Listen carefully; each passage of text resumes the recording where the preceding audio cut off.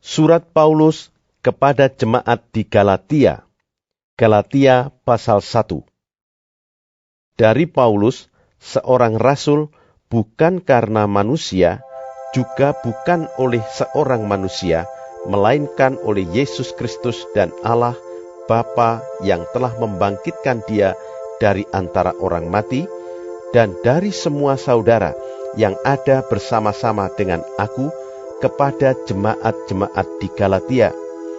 Kasih karunia menyertai kamu dan damai sejahtera dari Allah Bapa kita dan dari Tuhan Yesus Kristus yang telah menyerahkan dirinya karena dosa-dosa kita untuk melepaskan kita dari dunia jahat yang sekarang ini menurut kehendak Allah dan Bapa kita.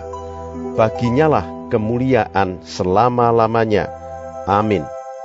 Aku heran bahwa kamu begitu lekas berbalik daripada Dia yang oleh kasih karunia Kristus telah memanggil kamu dan mengikuti suatu Injil lain yang sebenarnya bukan Injil.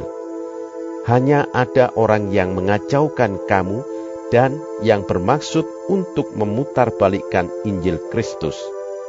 Tetapi sekalipun kami atau seorang malaikat dari sorga yang memberitakan kepada kamu suatu Injil yang berbeda dengan Injil yang telah kami beritakan kepadamu, terkutuklah dia. Seperti yang telah kami katakan dahulu, sekarang kukatakan sekali lagi, jikalau ada orang yang memberitakan kepadamu suatu Injil yang berbeda dengan apa yang telah kamu terima, terkutuklah dia. Jadi bagaimana sekarang? Adakah ku cari kesukaan manusia atau kesukaan Allah? Adakah ku coba berkenan kepada manusia? Sekiranya aku masih mau mencoba berkenan kepada manusia, maka aku bukanlah hamba Kristus.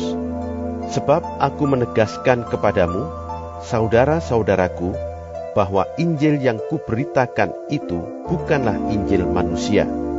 Karena aku bukan menerimanya dari manusia, dan bukan manusia yang mengajarkannya kepadaku, tetapi aku menerimanya oleh penyataan Yesus Kristus. Sebab kamu telah mendengar tentang hidupku dahulu dalam agama Yahudi. Tanpa batas, aku menganiaya jemaat Allah dan berusaha membinasakannya. Dan di dalam agama Yahudi, aku jauh lebih maju dari banyak teman yang sebaya dengan aku di antara bangsaku, sebagai orang yang sangat rajin memelihara adat istiadat nenek moyangku.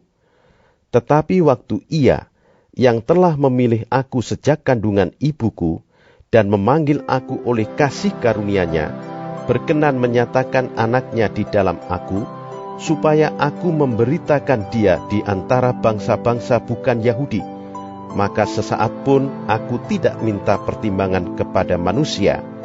Juga aku tidak pergi ke Yerusalem mendapatkan mereka yang telah menjadi rasul sebelum aku, tetapi aku berangkat ke tanah Arab, dan dari situ kembali lagi ke Damsyik.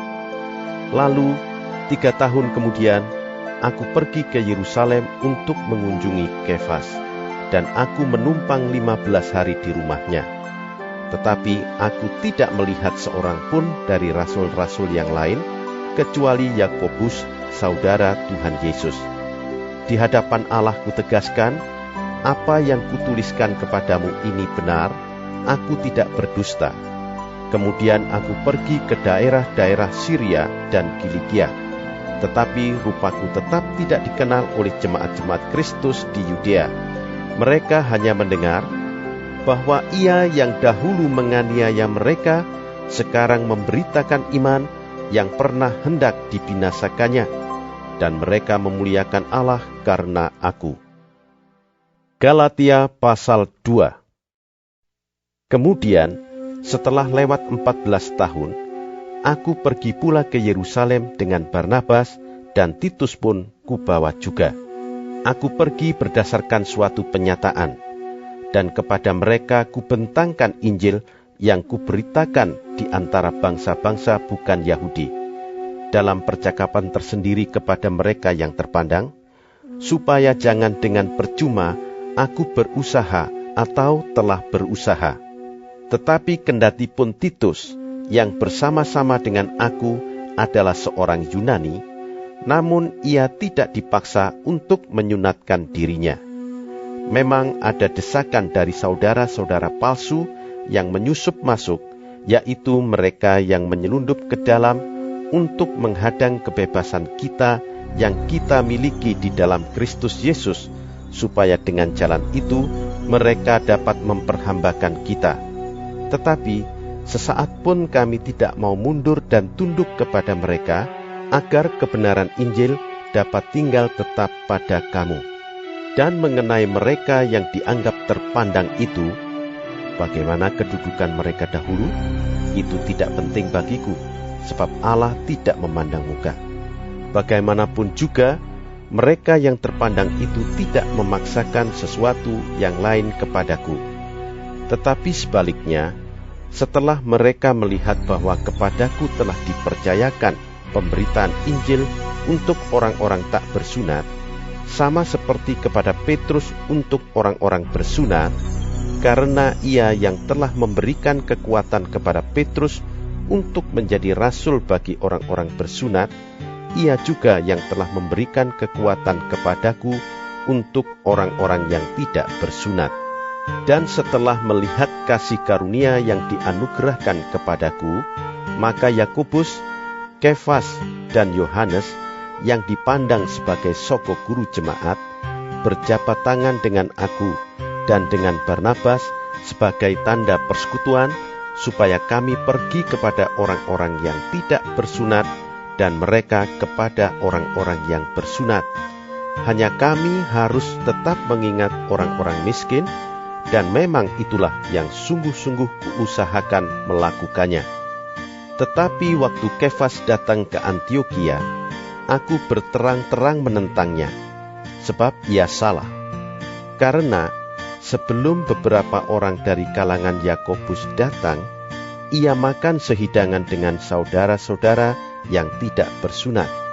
Tetapi setelah mereka datang, ia mengundurkan diri dan menjauhi mereka karena takut akan saudara-saudara yang bersunat. Dan orang-orang Yahudi yang lain pun turut berlaku munafik dengan dia, sehingga Barnabas sendiri turut terseret oleh kemunafikan mereka.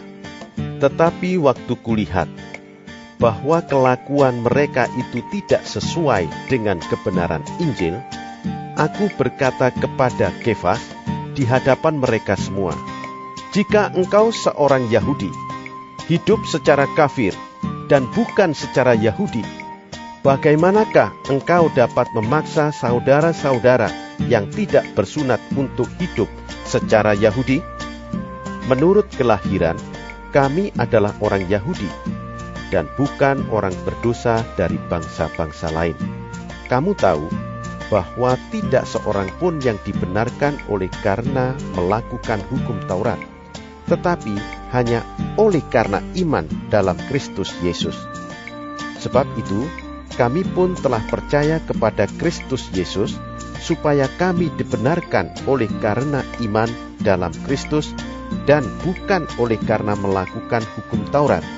Sebab tidak ada seorang pun yang dibenarkan oleh karena melakukan hukum Taurat. Tetapi jika kami sendiri, sementara kami berusaha untuk dibenarkan dalam Kristus, ternyata adalah orang-orang berdosa, apakah hal itu berarti bahwa Kristus adalah pelayan dosa? Sekali-kali tidak. Karena jikalau aku membangun kembali apa yang telah kurombak, aku menyatakan diriku sebagai pelanggar hukum Taurat.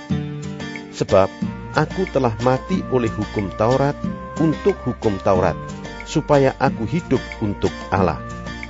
Aku telah disalibkan dengan Kristus, namun aku hidup, tetapi bukan lagi aku sendiri yang hidup, melainkan Kristus yang hidup di dalam aku. Dan hidupku yang kuhidupi sekarang di dalam daging adalah hidup oleh iman dalam Anak Allah yang telah mengasihi aku dan menyerahkan dirinya untuk aku.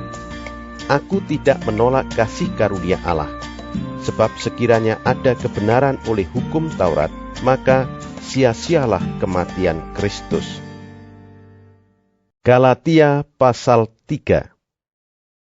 Hai orang-orang Galatia yang bodoh, siapakah yang telah mempesona kamu? Bukankah Yesus Kristus yang disalibkan itu telah dilukiskan dengan terang di depanmu? Hanya ini yang hendak ku ketahui daripada kamu. Adakah kamu telah menerima Roh karena melakukan hukum Taurat? Atau karena percaya kepada pemberitaan Injil? Adakah kamu sebodoh itu? Kamu telah mulai dengan Roh. Maukah kamu sekarang mengakhirinya di dalam daging? Sia-siakah semua yang telah kamu alami sebanyak itu? Masakan sia-sia? Jadi bagaimana sekarang? Apakah Ia yang menganugerahkan Roh kepada kamu dengan berlimpah-limpah dan yang melakukan mujizat di antara kamu berbuat demikian karena kamu melakukan hukum Taurat? Atau karena kamu percaya kepada pemberitaan Injil? Secara itu jugalah Abraham percaya kepada Allah, maka Allah memperhitungkan hal itu kepadanya sebagai kebenaran. Jadi kamu lihat bahwa mereka yang hidup dari iman, mereka itulah anak-anak Abraham. Dan kitab suci yang sebelumnya mengetahui bahwa Allah membenarkan orang-orang bukan Yahudi oleh karena iman, telah terlebih dahulu memberitakan Injil kepada Abraham. Olehmu segala bangsa akan diberkati. Jadi, mereka yang hidup dari iman, merekalah yang diberkati bersama-sama dengan Abraham yang beriman itu. Karena semua orang yang hidup dari pekerjaan hukum Taurat berada di bawah kutuk. Sebab ada tertulis, terkutuklah orang yang tidak setia melakukan segala sesuatu yang tertulis dalam kitab hukum Taurat. Dan bahwa tidak ada orang yang dibenarkan di hadapan Allah karena melakukan hukum Taurat adalah jelas, karena orang yang benar akan hidup oleh iman. Tetapi dasar hukum Taurat bukanlah iman, melainkan siapa yang melakukannya akan hidup karenanya. Kristus telah menebus kita dari kutuk hukum Taurat dengan jalan menjadi kutuk karena kita, sebab ada tertulis, terkutuklah orang yang digantung pada kayu salib. Yesus Kristus telah membuat ini supaya di dalam Dia berkat Abraham sampai kepada bangsa-bangsa lain, sehingga oleh iman kita menerima Roh yang telah dijanjikan itu. Saudara-saudara, baiklah kupergunakan suatu contoh dari hidup sehari-hari, suatu wasiat yang telah disahkan, sekalipun ia dari manusia, tidak dapat dibatalkan atau ditambahi oleh seorang pun. Adapun kepada Abraham diucapkan segala janji itu dan kepada keturunannya. Tidak dikatakan kepada keturunan-keturunannya, seolah-olah dimaksud banyak orang, tetapi hanya satu orang, dan kepada keturunanmu, yaitu Kristus. Maksudku ialah, janji yang sebelumnya telah disahkan Allah tidak dapat dibatalkan oleh hukum Taurat yang baru terbit 430 tahun kemudian, sehingga janji itu hilang kekuatannya. Sebab jikalau apa yang ditentukan Allah berasal dari hukum Taurat, ia tidak berasal dari janji, tetapi justru oleh janjilah Allah telah menganugerahkan kasih karunia-Nya kepada Abraham. Kalau demikian, apakah maksudnya hukum Taurat? Ia ditambahkan oleh karena pelanggaran-pelanggaran, sampai datang keturunan yang dimaksud oleh janji itu, dan ia disampaikan dengan perantaraan malaikat-malaikat ke dalam tangan seorang pengantara, Seorang pengantara bukan hanya mewakili satu orang saja, sedangkan Allah adalah satu. Kalau demikian, bertentangankah hukum Taurat dengan janji-janji Allah? Sekali-kali tidak. Sebab, andai kata hukum Taurat diberikan sebagai sesuatu yang dapat menghidupkan, maka memang kebenaran berasal dari hukum Taurat. Tetapi kitab suci telah mengurung segala sesuatu di bawah kekuasaan dosa, supaya oleh karena iman dalam Yesus Kristus, janji itu diberikan kepada mereka yang percaya. Sebelum iman itu datang, kita berada di bawah pengawalan hukum Taurat dan dikurung sampai iman itu telah dinyatakan. Jadi, hukum Taurat adalah penuntun bagi kita sampai Kristus datang, supaya kita dibenarkan karena iman. Sekarang iman itu telah datang, karena itu kita tidak berada lagi di bawah pengawasan penuntun. Sebab kamu semua adalah anak-anak Allah karena iman di dalam Yesus Kristus. Karena kamu semua yang dibaptis dalam Kristus telah mengenakan Kristus. Dalam hal ini, tidak ada orang Yahudi atau orang Yunani, tidak ada hamba atau orang merdeka, tidak ada laki-laki atau perempuan, karena kamu semua adalah satu di dalam Kristus Yesus. Dan jikalau kamu adalah milik Kristus, maka kamu juga adalah keturunan Abraham dan berhak menerima janji Allah.